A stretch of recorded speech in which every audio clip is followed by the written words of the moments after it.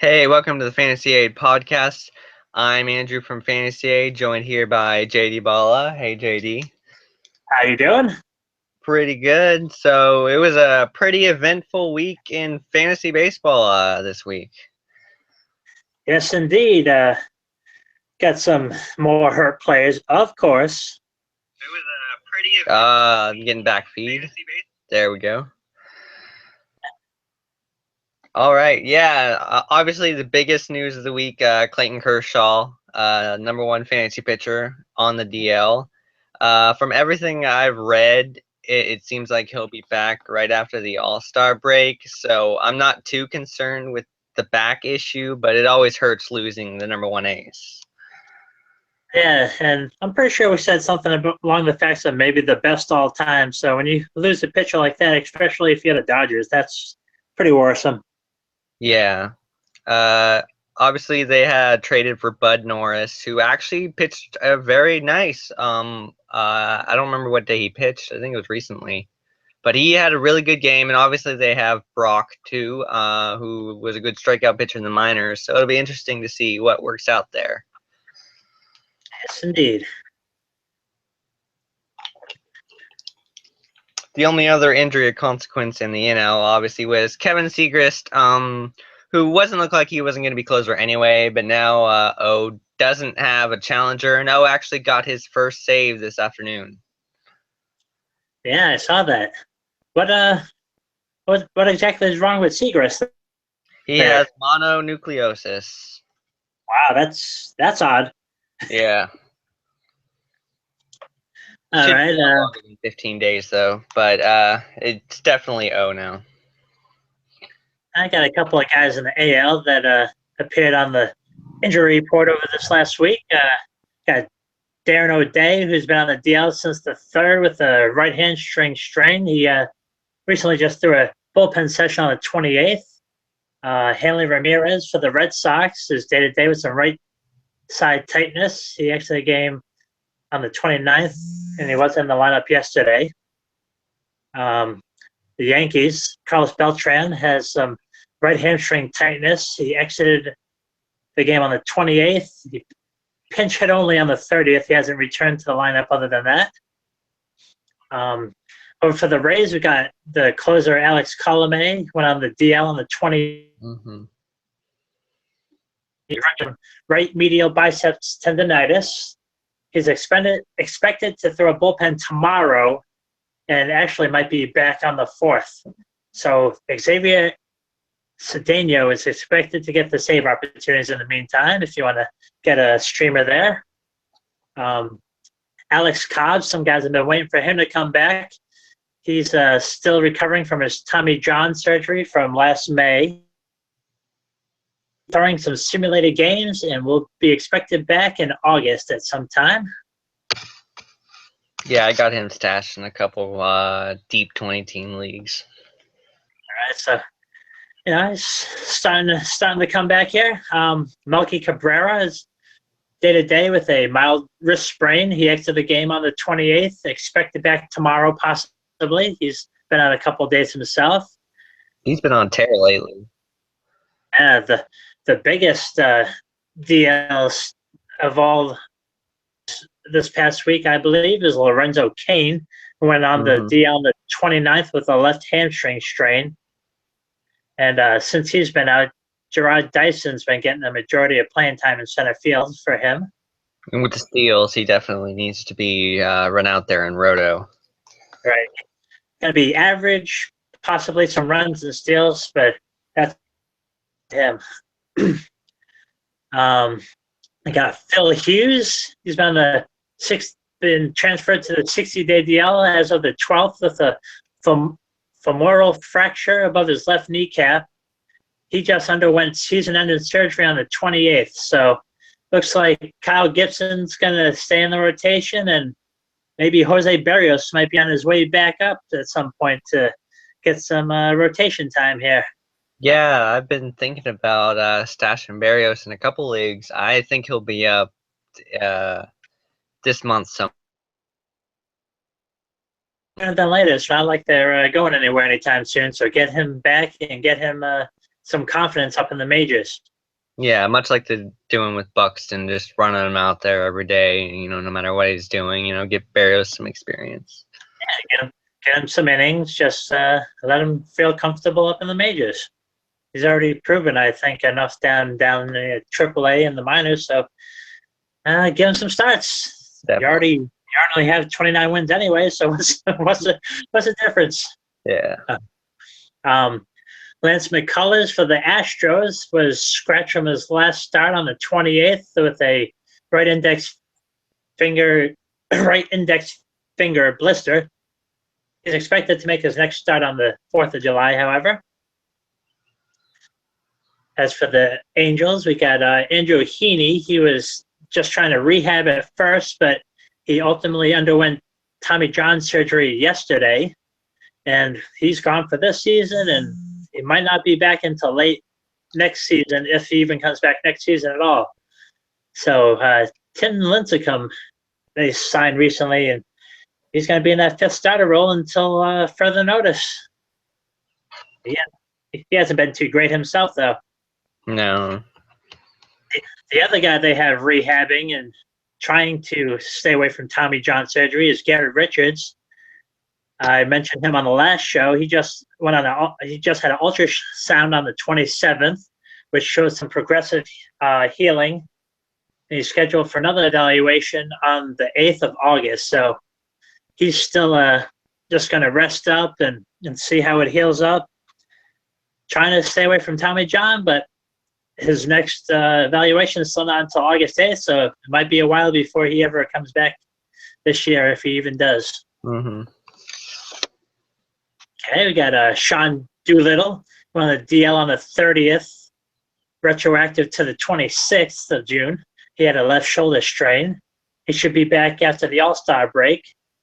And now that Ryan Matson will have all the save opportunities to himself until he gets back. No splitting anymore. And Rich Hill actually scheduled to start tonight. He was on the DL with a left groin strain as of the 9th of June. Yeah, I'm pretty excited about his return since he's on like every one of my fantasy teams. I've been waiting for him to get back. I'm sure they're pretty happy too, because they can get maybe 2 or 3 starts out of him to showcase him again, show that he's healthy and everything, and I'm sure they're going to be looking to ship him. Felix Hernandez, he threw a bullpen on the yesterday. He's expected to throw a simulated game sometime next week after the 4th of July, and he's expected back by sometime in mid-July. And their reliever, Nick Vincent, who was their 8th inning guy mainly, he went on the DL on the 29th, retro to the 27th with a mid-back strain. He's expected back after the All-Star game, and this now means that Edwin Diaz now moves up into that 7th and 8th inning guy, young fireballer. Then your weekly Yu Darvish update. He threw a 29-pitch bullpen yesterday, and he's expected to begin a double A rehab assignment on the 4th of July, and he shall be back after the All-Star break himself. Yeah, it's crazy to think, how great the Rangers have been, and, maybe getting Yu Darvish back too. That team is pretty good. Oh, yeah. So that's all the guys that showed up on the injury list in the AL. Yeah. So, love answering your questions during the podcast, but if you have any questions that maybe while we're not podcasting, you can tweet me them at FantasyAid1. That's FantasyAid1. I'm always checking Twitter all the time. I'd love to answer your questions there. And if you have any questions for me, just in case, I'll throw mine out there too. I'm at Joe Deef. That's JoeDieff. At Joe Deef. Also on Twitter. I'll be happy to answer any questions if you guys have any. Rag on me about some of my crazy picks or something like that, or why haven't I talked about some other player or something? Let me know. All right, so the main part of this podcast today is we're going to talk about first half surprises. There's a lot to talk about with them, and mostly we're going to be discussing if we think they can carry it over to the second half. We're going to be doing Guess the Player, though, where we're going to read each other the stats, and we'll see if the other one's up to date and knows who they are. Oh, boy. I'll start it off. Really? Yeah. All right. So this player is second base and shortstop eligible. He's Okay. gotten 318 with 10 home runs and 41 RBIs. I'll have to go with Almedes Diaz. That's right. I went with an easy one there first.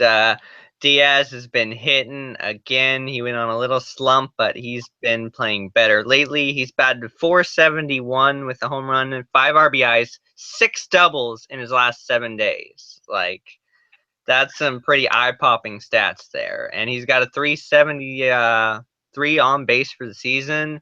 You know, he was a surprise in April, and he just seems to keep hitting. Yeah, that doesn't sound bad at all. All right, you want to go back and forth, or you want to do a couple in a row?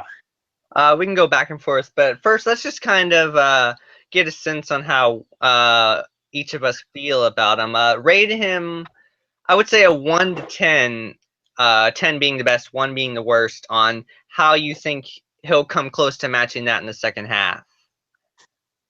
For him, I'll give him a 7. 7. Yeah, I'm kind of around in that 7 and 8 range. I think we've seen it long enough. Really, it's dating back to last year when he tore it up in AAA, and I'm definitely a believer in Diaz. Oh, I would hope so. Aren't you a Cardinals fan? All right, let's see. See if I can get one to trump you a little bit here. All right. Okay.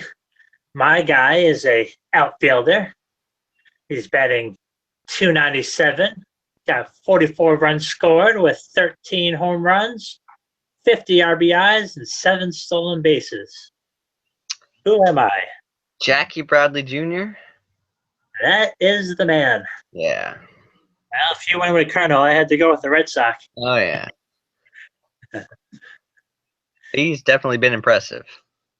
All right. On that scale of 1 to 10, how close do you think he comes to replicating in the second half? I'm gonna give him a 6.5. I think the average might fall some, but in the lineup he's in, I think the RBIs and stuff, he definitely could maintain that pace. Yeah, I think I'm gonna stay with that that solid 7 number myself. Mm-hmm. All right, who's my next guess? All right, this next guy is only shortstop eligible. Let's pull it up. He's batting .301 with 6 home runs, 30 RBIs, and most importantly, 26 stolen bases. I thought it was going to be a tough one, but this has to be Jonathan VR. Yeah, that's exactly right. It is definitely VR.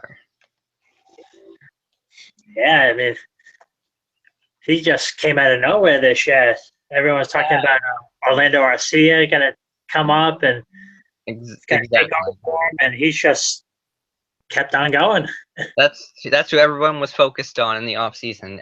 Even all of us, we were all on Orlando Arcia. When's he going to come up? You know, VR is going to lose the job, but Arcia still might be up, but he's not going to take VR's job, obviously, as VR is currently leading the major leagues in stolen bases. He's definitely been productive. All right. I believe for him to keep it up, I don't really trust him too much, though. I'm going to go about a 5.5 for him to replicate. Okay. Yeah, I think I'd have to go a 4. He's fast, but I don't think he keeps up this pace. I would think he ends up somewhere like 40 stolen bases, somewhere around there. So he's not going to steal over 50, in my opinion. And I think the average definitely is going to drop some. All right. For my next guy here, we've been going over hitters so far, so I figure I'll throw a starting pitcher out there for you. All right. This guy so far has a 2.81 ERA, with a .99 WHIP. He's got 5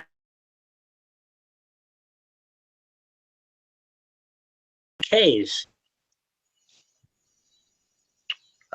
You broke up a little bit there. Can you repeat that? All right. It's a 2.81 ERA with a .99 WHIP, 5 wins, 92 Ks. Michael Fulmer. That is incorrect. Ah. One more guess? Oh, let me think. The whip.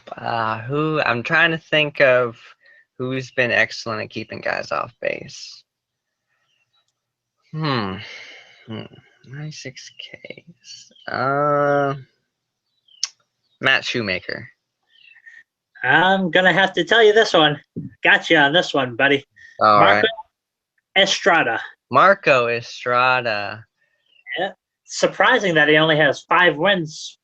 That is pretty surprising. Like if the win tire was total, I would have probably thought of a more winning team. But I was thinking 5 wins. Okay, he's not on a great team. Right.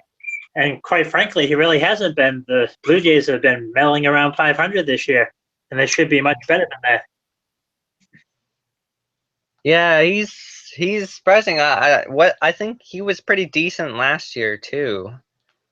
I still haven't gotten around to trusting him though. I mean thinking about his Milwaukee days. Yeah, those biases starting to creep in. Like, yeah. Oh, I remember when he burned me back in 2004, 2015, 2003. All right, who's my last player I get to take a shot at here? All right. Well, actually, we can go a little bit more. Let's just go 10 each, just so we can talk about a lot of guys. I'm going to throw in the ownership percentage here too, since I have that pulled up. Oh, all right. Yeah, I thought we were going to do one more guess.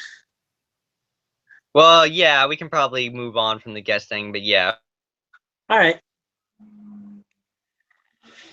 Try to get a hard one. Okay. Try me.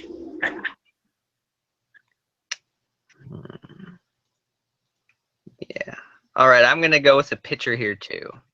Oh. All right, this pitcher has 10 wins, 91 Ks, a 3.71 ERA with a 1.25 WHIP in 99.1 innings pitched. 10 wins. 10 wins, 91 Ks. 10 wins. That's the key. Yeah, this is a good one. I'm gonna have to say Stephen Wright. Nope. Got one more guess. My other guess, I have to go with someone in the NL. I'm gonna have to say, oh geez, it's just I had all these guys I was looking at, it just blew my mind away. I don't know, you got me, buddy. Chris Tillman. Oh, one of the guys you've been touting. He hasn't been as great lately, especially in his last 2 games against Tampa Bay and Seattle. But overall, he's had a pretty solid year. I was really big into him. I thought this was finally his breakout. I'm not so much into him, but I still have him on my teams. I mean, you can't drop him, especially with how well the Orioles have been playing. It is pretty concerning, though. His last 7 days, he's given up 10 earned runs in 9.2 innings. All right, let's see. For him to continue, I feel pretty confident about him. He's really been showing me stuff. I'll go with the 8.5 for him to replicate. 8.5. Yeah, I feel like his ratios are right about around where it should be, and the Orioles are one of the teams that are surprising me. I think I'll give him an 8. All right, let's see if I can get you again here. I'll go with a third baseman. He's batting .288. He's got 43 runs scored this year, 18 home runs, 56 RBIs with 3 stolen bases. How many home runs was it? 18? 18. Yeah. 18. Oh man, third baseman. And he's only third base eligible? Jake Lamb. That's the guy. Yeah. Yeah, I didn't know his stats until a couple of days ago when I was looking, and I was pretty surprised because I was just thinking platoon player, but he's been really good this year. Well, he was platooning up until maybe about a month ago, and then he just went on a red hot streak and has kept the job ever since. Jake Lamb, it's hard to think of a rating for him because I really haven't watched him play that much on TV. Like, I just kind of read the stats on him. Right. Plus, with Arizona, who knows if they start selling off pieces? And I mean, I'm pretty sure they should still have Goldie there, but I'll go a 4. I think the home run total goes down some. I'm a little more optimistic on him. I'll go 6.5 on him. All right. I don't think he keeps up the exact home run total. I don't think he has like 36 at the end of the year, but I could see 30. Right. All right, shall we run down some of the rest of the list here? Yeah. I'll go. We'll switch off. First guy I'll mention, we talked a little bit about him last week. Danny Espinosa just keeps hitting. He's up to 15 home runs. He's eligible everywhere on the infield but catcher. And we always knew he had power, but he's really hitting a ton. And his fly ball, home run to fly ball rate is way up this year. Yeah, that's a good call. Picked him up in a couple leagues myself and ride the hot streak. Why not? Definitely. He's batted .333 with 11 RBIs in the last 7 days, but I don't know. I don't know if it's just my bias toward him, but Yeah. I still think. I still think Turner takes his job eventually, even though he's been so good. Although they've been playing Turner in center field lately in the minors. Yeah, I don't know with Dusty down there. They seem awfully reluctant to have any rookies in their lineup. I mean, Giolito just got up after a bunch of injuries, so Right. who knows? It might be a September call kind of thing.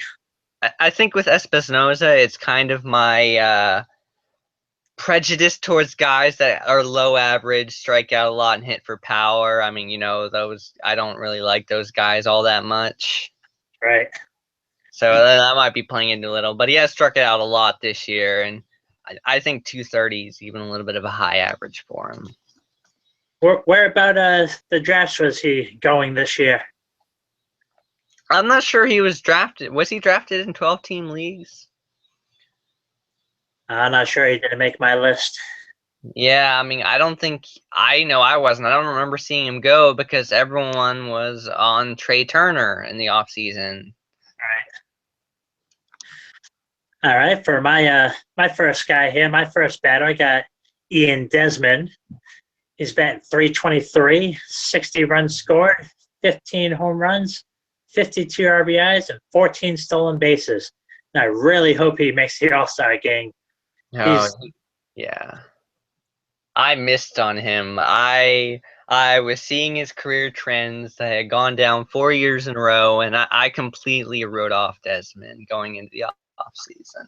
Right, and his ADP for ESPN was 149.5, Yahoo 136.2, and Fantrax 113.89. So you were able to get him, in the middle rounds, and his rank is just incredible. I mean, that's like top 5 numbers right there. Right. I should have. I mean, I was a little bit optimistic with him going to Texas, but not enough to grab him. But he has definitely been one of the best players for the Rangers. Right, and he even had a bad April start too.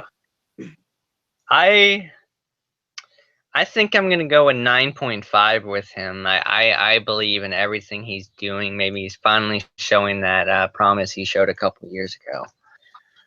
Oh yeah, speaking of that, for Espinosa, I'll give him about a 3. I don't really think he's gonna keep it up. Yeah, I'll go 2 on him. But as for Desmond, I mean, I'm like, whew. I want to say 10. I mean, Yeah. I have full confidence that Texas is just great at hitter's ballpark, and that where he's batting in that lineup, the guy's got like Mazzara and Odor, and Fielder's actually starting to hit a little himself. So I think he can. I think he can keep it up. My next guy is a guy that is under-owned in Yahoo leagues right now. Actually pretty relevant news because he hit for the cycle today. Rajai Davis, that's the second time he hit the cycle this year. He's up to 21 stolen bases. He's already surpassed last year's stolen base total, and he's matched his home run total from last year. You know, Cleveland's hot. He's scoring runs, and he's hitting for some more power than I thought he would. He's not just a straight steals guy right now. Right, yeah, it's really taking advantage of that extra playing time that the Michael Brantley injury is affording out there. Definitely. And then 54%, I mean, just for the steals alone, he should probably be owned in more leagues. However, for him to keep it up, I'm only going to give it about a 3 because I've heard more and more rumors about Cleveland looking to add some pop in their outfield. So he like Jay Bruce or something like that. Yeah. drawn someone to add some depth and some pop to their lineup. So his playing time may get cut very shortly. Yeah. I'd probably go with a 4. I definitely believe in the speed. He's second in MLB in steals right now. But you're right, the playing time is a big concern. All right, my next guy is a first base outfielder, Will Myers, at 288, 54 runs scored, 19 home runs, 57 RBIs, 12 stolen bases himself. You're able to get him at 216.2 in ESPN, 243.6 in Yahoo, and 204.74 ADP and Fantrax. So almost like your last pick in a lot of these drafts, you're able to just scoop him up for some added depth, and he's just shined this year, finally healthy. Yeah, he's probably one of the biggest breakouts of the year. He was also on my list. The interesting thing about him is San Diego always gets the reputation, oh, it's a pitcher's park, but he's batting .345 at home with 13 of his 19 home runs in San Diego. Right, and they just recently they had the walls back pretty far back, and they moved them in a little bit, so it's not quite as pitcher friendly as it used to be. Yeah, it definitely has changed a little bit, and Myers is another guy that surprised me. One of those post-hype sleeper kind of guys. Right. Yeah, it's just always an injury concern with him. Now that he's finally healthy, he's finally producing like a lot of people have been waiting for years for him to do. Right. I'll probably I'll give him a 6. I don't think he hits as many home runs or steals as many bases as he did in the first half, but I don't think he falls off a cliff either. He'll still definitely be one of the better first basemen. Right. Given his rather extensive injury history, I'm gonna have to go with a 5. Mm-hmm. He's been doing great. Everything looks really spectacular right now, but it might not happen, and I hope it doesn't because I like him as a player. Right. But the shoe might drop soon. Guy is one guy that's you basically can play anywhere. Jose Ramirez. Yeah. I was interested in playing time, but he's definitely getting the playing time in Cleveland right now. And he's not going to give you power. He's got 4 home runs, but he'll score your runs, and he's got 10 stolen bases on the year. And he'll give you a good average. True. Also, kind of the same thing with Rajai Davis. I see his playing time possibly getting cut down with some trade influx coming in. Definitely. Even his versatility definitely gives him the opportunity to get at bats, though. So I'll say a 4. I won't be quite as down as I was with Rajai. I think I'll give him a 6. I think he can replicate what he's done. I think he'll get the playing time just because of his utility. And for fantasy teams, he's basically the super utility guy where you play him if one of your guys has a day off because he can cover so many positions. Very true. All right. My next guy is a bit of a utility guy himself. He could play first, second, third. He is Daniel Murphy. Daniel Murphy. Yeah. 352, 47 runs, 14 home runs, which is surprising because he's not really that big of a home run guy, but this year he's already got 14. 55 RBIs, even got 2 bags in the books there. You're able to get him at 119.9 in ESPN, 144.4 in Yahoo, 140.78 in a Fantrax draft this year. So you weren't having to reach for him until at least like the 8th, 9th round in most drafts. Yeah. While we're doing this, I'm just watching my FanDuel lineup. One of my teams is just going off right now. I'm 51st out of 16,000, and I'm only 23 points behind the leader. So it's getting pretty interesting. Yeah, that sounds real good. I had CJ Cron and Carlos Perez and the Angels in that lineup. Nice, very nice. So what prospects do you give for Murphy replicating in the second half? I think the average will fall a little bit, but I'm gonna give him 7.5 because I think beyond the average falling a little bit just because it's a little high. He'll be the same player. As for myself, I'm going to be a little harsher here. I'm going to go 4.5. I think home runs might be cut in half. He might get maybe 20, 21 by the end of the year. I still have his run scored opportunities and some RBI opportunities, and his average will dip a little bit by the end of the year. Right. My next guy is eligible at third base and shortstop. He plays for one of the worst teams in the league, and that's Eduardo Nunez for Minnesota. Good call. He's on my list as well. Yeah, he's got 11 home runs with 18 stolen bases. That's great, especially in Roto. All right. Then 313, 32 RBIs, nothing special, 39 runs, but he hasn't played every game this year, though, right? If I'm correct, he's been on the DL maybe once or twice. Possibly. He's got a good number of at-bats, so I don't think he's missed too much time. Right. And do you have his ADPs at all? I don't. He was basically undrafted, 260 in ESPN. I don't know how far most Yahoo leagues go deep, but he was 307 there, so basically undrafted in most any league you do.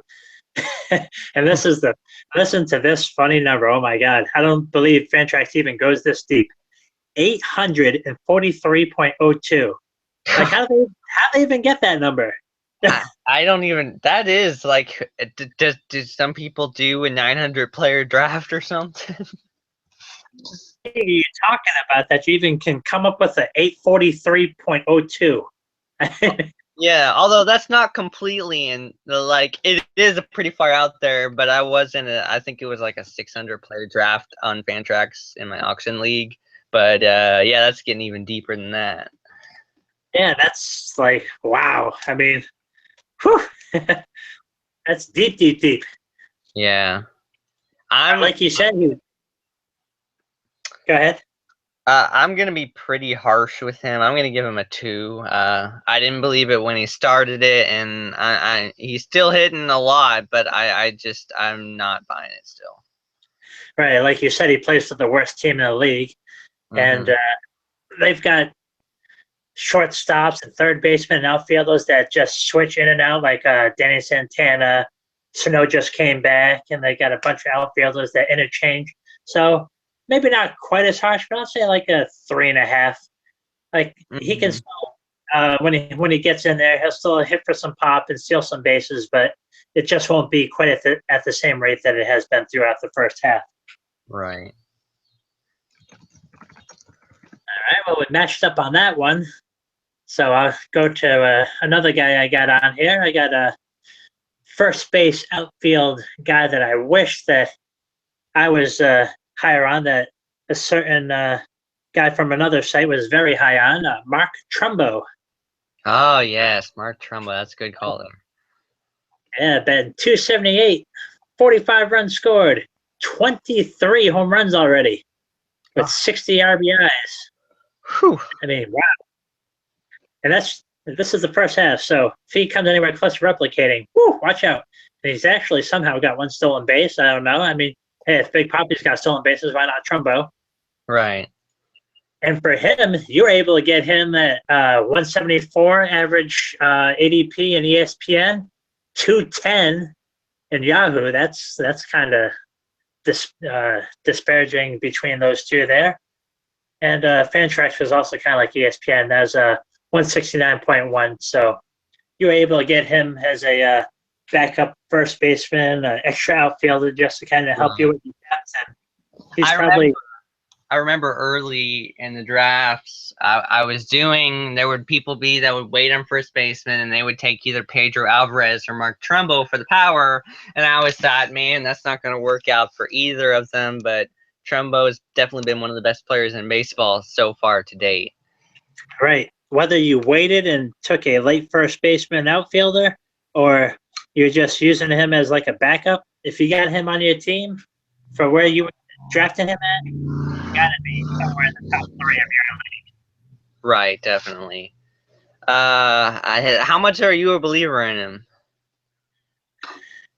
Oh, well, the power, definitely. I mean, 278 is actually a little high on average for him, but with that ballpark, I'll still say that I'll give him an 8. An 8. There'll be a slight regression, but I can still see him getting to pretty close to 40 home runs, somewhere from 35 to 40. He'll get over 100 RBIs, and his batting average might dip a little, maybe to the 260 mark, but that lineup and that ballpark and all the other AL East ballparks he'll be hitting in, I can definitely see him keeping it up. Right. I definitely think he'll get to 100 RBIs because, I mean, obviously he's at 60 already. Home runs, I wouldn't go, 40 sounds about right. I think the average will take a tumble, though. I feel like he's one of those guys that can run off a 3-week cold streak, and that's kind of what I'm scared of because he does have a tendency to strike out. So I think I'll go a 6 on him. All right. Who's your next player, sir? My next player is Matt Shoemaker. 4.12 ERA, 3-8. He's not going to win on the Angels, but the numbers don't tell the whole story when you're looking at him. I mean, if you look at his last game since he developed that new pitch, he's been a new pitcher. Yeah, I don't think he necessarily developed it as much as he just started throwing it and believing in it. Right. On May 27th, his ERA was 5.96, and after his last start on June 27th, it's down to 4.12. And his last couple starts, I watched them. He would always run into trouble at the end and kind of mess up a little bit of what he was doing because he was having an amazing game. But none of them have been bad starts, and he didn't give up any runs against Houston in a loss. He pitched 6 innings, no runs, 6 Ks, and Ks have been something he's been doing a lot of. He's getting about a K per inning. Right. Going forward in the AL West and this new trust in his, I guess it's a splitter sinker pitch, I'm going to say a 7.5. He's not really going to get too many win opportunities, I don't believe. The Angels are kind of bad themselves, but his peripherals and his K should maintain, I believe. I think they will too. I'll go a 7. Yeah. right, let's see. We already talked about some of these guys. Who else I got here? All right, we'll go with a young right-handed pitcher, Julio Teheran. He's got a 2.72 ERA with a nice, sparkling .93 WHIP. However, he does pitch for the Braves, so he's only got 3 wins all season long. And that's probably all he'll get. Yeah, I don't see that moving too far, but 105 strikeouts, so that's pretty solid. I mean, all the peripherals are there for him. Right. He had a pretty awful season last year. I probably prematurely kind of. I didn't think he was done, but I was thinking bad team, not a great year last year, and he was kind of one of the guys I avoided, but he's been really good. All right, and in drafts, you're able to get him at 180 in ESPN, 173 in Yahoo, and basically 173 is 172.26 in Fantrax. So about to get him all in the same, like maybe 14th, 15th, depending on how many teams you were drafting with. Right. And the last start wasn't good, but if you look at the starts before then, he rolled off 17 scoreless innings, including a complete game shutout against the Mets. So, I mean, if he can pitch 9 innings every time, he should win. Yeah. He's just got to go all the way. Even though Johnson and Vizcaino haven't been too bad, if he can at least go 7, maybe he has a chance. But he can't give up any runs because that offense isn't going to give him any. Right. All right. This is my last player I had. What prospects do you have for him for the rest of the season? Oh, right. I think I'm going to give him a 10. Not that I think he's going to be amazing. I just think he's going to do exactly what he's already done. He's not going to win, but he's going to have the same strikeout rate, good ratios. I believe everything he's doing. Right. When you only have 3 wins, it's not like you can, he's only going to get 1 win for the second half. Yeah. I think he slightly regresses. I'll go a 9. All right. Like he'll give up a couple more runs and some more base runners as the Braves kind of, the long summer gets on a losing team and kind of gets to them that no one's going to the ball games and they have 100 losses and all that. So, right. And my last guy is the hottest pitcher in the American League right now, and that's Michael Fulmer. What a start! On my list. I mean, 7 innings, 10 Ks against Tampa Bay, who's not that great of a team. But, I mean, if you look at his numbers, he's got 8 wins, a 2.17 ERA, and a 1.09 WHIP with about a strikeout per inning. I mean, that he has been everything and more. Absolutely. And also, just like some of these other players, ESPN undrafted, Yahoo, I'm pretty sure undrafted because it's 323. And another funny Fantrax number, here we go, 680.46 ADP for Fantrax. Wow. And it's actually kind of funny because Fantrax has a lot of deep dynasty leagues in there, so you'd figure maybe his ADP might be a little higher in a site like that, but it's still 680, which, like you said, you did a really deep draft that only went maybe 600 deep, so it was even beyond that. Right. You had any other interesting guys you wanted to get to? Yeah, I'll throw my one last guy in here. Have to go my home guy, the knuckleballer, Stephen Wright. Yeah. He's a 2.42 with a 1.19 WHIP, giving us 9 wins and 87 strikeouts. He went undrafted in ESPN. Yahoo, actually, some people were on him. He was 197.9 ADP there. And another crazy Fantrax number here. We got 755.2 ADP. I don't even know how they go that deep, but I just love saying crazy numbers like that because who drafts that deep? Yeah. But geez, I mean, if it wasn't for this guy, I don't know where the Red Sox would be with Price and Buchholz, and I mean, Porcello's been pretty decent, and they've been running through other guys coming up and down through AAA, and Right. I mean, they just sent back down to AAA. He's been scuffling, so if it wasn't for this guy being the rock in the rotation, I don't know where they'd be. Definitely wouldn't be in second place. No. But with him being a knuckleballer, could come and go. So what do you think his? Yeah, that's the challenge with him. I've heard from some of the other fantasy sources I've listened to, they call the knuckleballers a random number generator because you never know how good that pitch is going to be that day. He's either going to do great or get creamed. Right. Well, I think I'll go a 7 on him, especially because I think the wins will be there. right. Yeah. I don't think he'll quite have the same amount of wins, and his ERA has to go up from 2.42 being a knuckleballer. Yeah. And I can see him keeping the K's, so I go about a 7. Yeah. The only thing is his major problem is whenever it rains, because he has to feel that his finger's on the ball, and if he gets a wet baseball, he's all done. Definitely. So let's transition into the next thing. Who have you been picking up lately?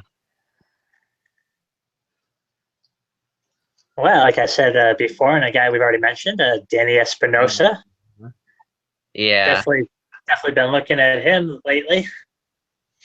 I made a swap in a 20-team dynasty where we keep all our teams, A couple days ago, I swapped out Erod for Daniel Norris, who is back from his injury. Okay. Norris was it's interesting what he did. I think it was 5.1 innings. He didn't go too deep. I'm looking at the stats now, but I believe he had 9 strikeouts. Pulling it up now. Yeah, there we go. Daniel Norris. He had 8 strikeouts in 5 innings, but he also gave up 9 hits while walking 1. So it was kind of a mixed bag of good and bad, but in a 20-team league, definitely worth a pickup. And he's only 6% owned right now. All right. Any other? Who else has been hot this week that you've been looking at? Honestly, I don't think I've made too many pickups this week. I think this is one week where I made the least amount of pickups. Desclafani, I have been picking him up, even though I had picked him up previously, but I'm picking him up in more leagues that I didn't have him. He's only 46% owned, and he hasn't had a terrible start. I mean, he only pitched 2.2 innings against Atlanta on June 15th, but he only had a 3.38 ERA, and it was just he was giving up so many base runners. But, I mean, he's been really good lately. All right. Now, he hasn't been pitching very well, and I guess today he gave up 5 earned runs as well, but Aaron Nola's been trying to get dropped in some leagues, and I've been hoping for a comeback. Yeah. But also a lot of those leagues are also keeper leagues, / dynasty leagues, so he's also a young pitcher, so that's the other reason why I've been picking him up. I've heard rumors that the Phillies might send him down to work on his mechanics because obviously there's definitely something wrong with him. I mean, he's down to 56% owned in Yahoo leagues. But yeah, it's been rough, and really a lot of pitchers have been rough. In the one lineup I was talking about a little bit earlier that I said it was doing good, I had Jake Arrieta going tonight, and it's like I don't know where I'd be if he'd actually pitched well. He went 5.1 innings, gave up 4 earned runs. And if you look at the stats, he hasn't pitched well lately. He did pitch 5 innings of 1-run ball against St. Louis on the 22nd, but he's walking a ton of batters. He walked 5 in his last start and then 4 against St. Louis, and he was lucky to only give up 1 run. Yeah, those walks are never good. Just ask Francisco Liriano. And not only that, the strikeouts are down too. He had 11 strikeouts on the 17th against Pittsburgh, and after that, he hasn't gone that many. He got 6 against St. Louis, 4 against Cincinnati, and only 4 tonight against the Mets. Right. Another guy, because I'm in so many leagues, and a lot of them are deeper, like 16, 20 team leagues. We already mentioned him though. Bud Norris is a guy I've been scooping up. He had a pretty good game in his first game in LA. Yeah, just recently. I mean, that's great. I mean, LA's offense, I don't think, is actually all that much better, but it can't be much worse than Atlanta. Yeah. All right, you want to get into the top players over the last week, or? Yeah, sure. All right. I think we've mentioned a couple of them. Obviously, Rajay Davis has had a big week. We discussed him. Right. Now, some of these guys are owned, obviously, but Mm-hmm. you just have to mention that because they've been so great. But my first guy I got up here is Chris Bryant. Yeah. Over the last week, he's been 379 with 9 runs, 5 home runs, and 11 RBIs. Wow, that's one hell of a week. Yeah. I forgot he had 1 stolen base. And that ranks for best over the past week, and that's got his season rank up to number 9 in Yahoo leagues, and of course owned in 99%. I don't know how it's not 100, but like every player is 99%. There are no hundreds, I guess. Yeah. All right, who's one of the players that you saw having a great week? This guy is actually one of the lower owned guys. He's only 22% Yahoo, and that's Matt Moore, who had a good start against Boston. 7 innings, 6 strikeouts, and Boston is scuffling a little bit lately, but it gives you a little bit of hope, especially because he's had good starts in 3 of his last 4. All right. A guy we already mentioned, but I want to get some of the numbers out on him. Kendrys Morales. Yeah. Is ridiculous. 6-0 last week. 7 runs scored, 4 home runs, and 9 RBIs. And that was good for third best rank over the week. However, with his slow start, his season rank is only 238 in Yahoo leagues, which he still got a 64% ownership in. So he might be available in some leagues still out there. Yeah. Yeah, I remember I only owned him in 1 league, and I don't regret dropping him. I mean, I dropped him like at the end of April, and I knew he might go on something like this, but I couldn't afford to wait in that league. But definitely needs to be ridden out right now why he's so hot. Yeah. Oh, it's even worse. You said you dropped him in sometime in April. I held him in, I think, until the end of June, maybe beginning of June. And I swear, like, maybe a week after I dropped him is when I started this crazy hot streak that he's been on lately. Yeah. My next guy is he actually made my Tap the Wire video this week, and that's Devon Travis. He's got a 9-game hitting streak, and he's gotten 2 home runs in the last 7 days. He just keeps hitting. Yeah. About 333. He even actually stole a base this week, which was pretty interesting. He's actually stolen a base in his last 2 bases in his last 2 days, and that's his only 2 stolen bases. So for some reason, he's been running the last 2 days. I think that's Toronto in general is starting to run, because I know a lot of people were complaining about Kevin Pillar not getting as many steals as he is projected to get. Right. So I think that might be a team-wide thing that they're starting to do. Yeah, if he can add steals to what he already does, that definitely makes him a pretty valuable player. All right, another universally owned guy, but just got to tell the great numbers he had over this past week. Mike Trout, Mm-hmm. batting 583. Another just crazy average over the past week. 7 runs, 3 home runs, only 4 RBIs though on those home runs. 2 stolen bases, so that's good. He's been stealing a lot more this year. Has good for a 5th rank over the weekend. He's also ranked 5th over the season. Right. Yeah, he's been pretty good. I mean, he's Trout, obviously. Depending on what your view is, he's either the first or second best hitter in baseball. Right. I think right now with the stolen bases, you'd have to say he's reclaimed first. Yeah. Although Bryce Harper has a decent amount of steals himself. Yes, that is true. But he's not, his batting average is kind of dipped because he's getting pitched around a little. Right. One guy that was going to make my list, but I've dropped him off my list now, is Jose Fernandez. I mean, great game against the Cubs, and he pitches great against the Cubs, and then he completely blows up against Atlanta. Go figure.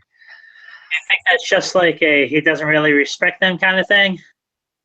I don't know. I just think it's Atlanta. They always love to, whenever I this great pitcher is pitching Atlanta, I'm going to run him out in FanDuel, and they just love ruining that for me.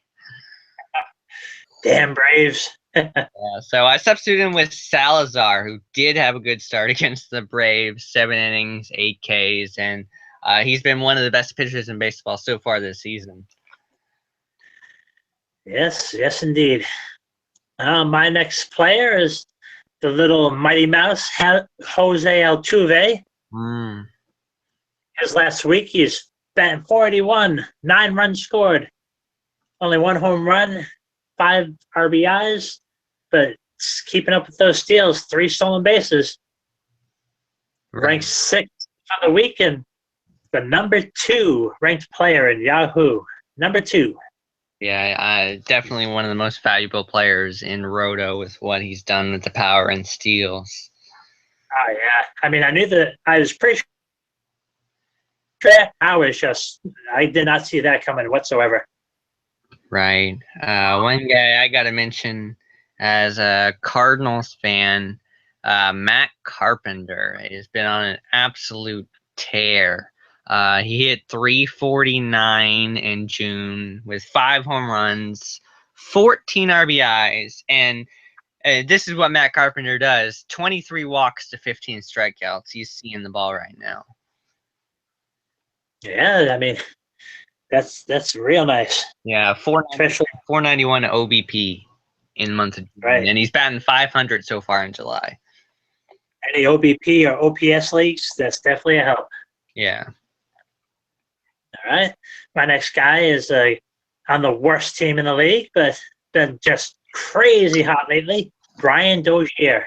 Yeah. He's one of those hot and cold hitters. His last week, he's going .455, 6 runs scored, 5 home runs, surprisingly, 9 RBIs. Doesn't have any stolen bases over this past week. Good for the 7th rank over the week. And with his early season struggles, his season-long rank sits at 131. He's still available in some leagues, currently sitting at an 88% ownership percentage. Right. So that about wraps up what I had for players. You got anyone else you want to mention? Oh, I still got all my pitchers, but I don't know if you want to. I don't know if you can throw a couple of pitcher names out there, 2 pitcher names. All right. Well, just because they've been so dominant, and like I said, most of these guys are owned everywhere, but Carlos Carrasco over his last week had a .55 with a .61 whip, 2 wins, 21 Ks. That's good for the 2nd best week last week. 114 overall, 96% ownership for him. And I'll throw in a closer here, Steve Cishek. No earned run over his last week, .92 whip, but he had 4 saves over the week, which is pretty nice. 6 games. His rank 12th for the week and 69th for the season, so that's pretty solid. And his ownership is 83%, which is kind of odd because I figure the closer has been as dominant as he's been this year should be at least in the 90s, maybe even 99% should be owned everywhere. Right. I had Cishek Page as the first guy to lose his job in the offseason. I was pretty wrong about that. Just one more guy quickly to mention. Justin just mentioned him in the chat. Carlos Carrasco is back. I just mentioned him. Oh, you did? Oh, I don't know where my mind was. I think I got a little distracted there. Oh, yeah. Now I remember. Oof. Yeah, 2 wins and 21 Ks. Been really having a good week last week. Right. Danny Salazar or Carrasco? Who do you like more? Heads or tails? No. Yeah, basically that's it. Yeah. Seriously, basically, it really depends on the type of league. Redraft, there's not going to be much difference. They're both pitching towards the end of the rotation, so they're going to have great matchups every time they go out. The main difference is Carrasco, I believe, is 29, and Salazar is maybe, was he like 26, 27? He's a little bit younger. So if you're any keeper format or dynasty format, then Salazar, if all things being equal. Right. And really that entire Indians rotation is back. Throw Kluber in there. But yeah, we're getting about to the hour mark. So I'll just quickly mention again, if you have any questions for us, if you just want to tweet us, maybe we'll answer it on air in the next podcast, which will be on a Thursday because I'll be traveling on the weekend. Same time, just on Thursday. Again, my Twitter handle is at FantasyAid1. All right. And how about some of the other stuff that you're doing, like articles and some of your work? Where can we find that at? Right. Oh, yeah. FantasySportsAddicts.com. You'll find us on the chat there all the time. I'm writing for them now. Tom and Ryan are great guys. All of us are fantasy sports addicts over there. So if you ever just want to come chat fantasy with us, we're there all the time. We got articles. They do live streams. They're getting into football now. So if you're into football, definitely check them out. That's FantasySportsAddicts.com. All right. And anywhere else you posting some stuff? No, that's it right now. Oh, all right. Yeah. So yeah. So Right. I'm at Joe Deef again. That's JoeDieff. If there's comments, etc., things you'd want us to possibly go over on future pods or whatever to talk about. Right. Well, it was a good podcast. Again, thanks for joining me. Not a problem. We'll see you all next week. Remember, it'll be on a Thursday, 9 p.m. Eastern for Fantasy Aid. I'm Andrew, and thanks for listening.